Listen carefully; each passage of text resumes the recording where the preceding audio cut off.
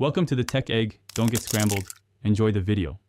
You start now. Place the AirTag face down on a soft cloth so it won't scratch. Press firmly with your thumbs on the stainless steel cap, then rotate counterclockwise until it clicks. This relieves tension in the locking tabs. Once the cap is loose, lift it off. Make sure you note how the cap aligns, because reassembly depends on that orientation. You're doing the delicate opening step correctly. This prevents damage to the plastic housing and the internal contacts.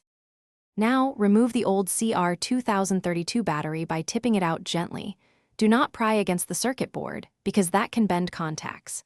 Insert the new CR2032 with the plus sign, plus, facing up so the top makes contact. Press down slightly until you feel the spring or contact compress. Once seated, check that the battery sits flat and centered. This ensures reliable connection. Make sure to inspect for debris or corrosion. Finish by aligning the stainless steel cap tabs with the slots. Then press down and rotate clockwise until it snaps into place.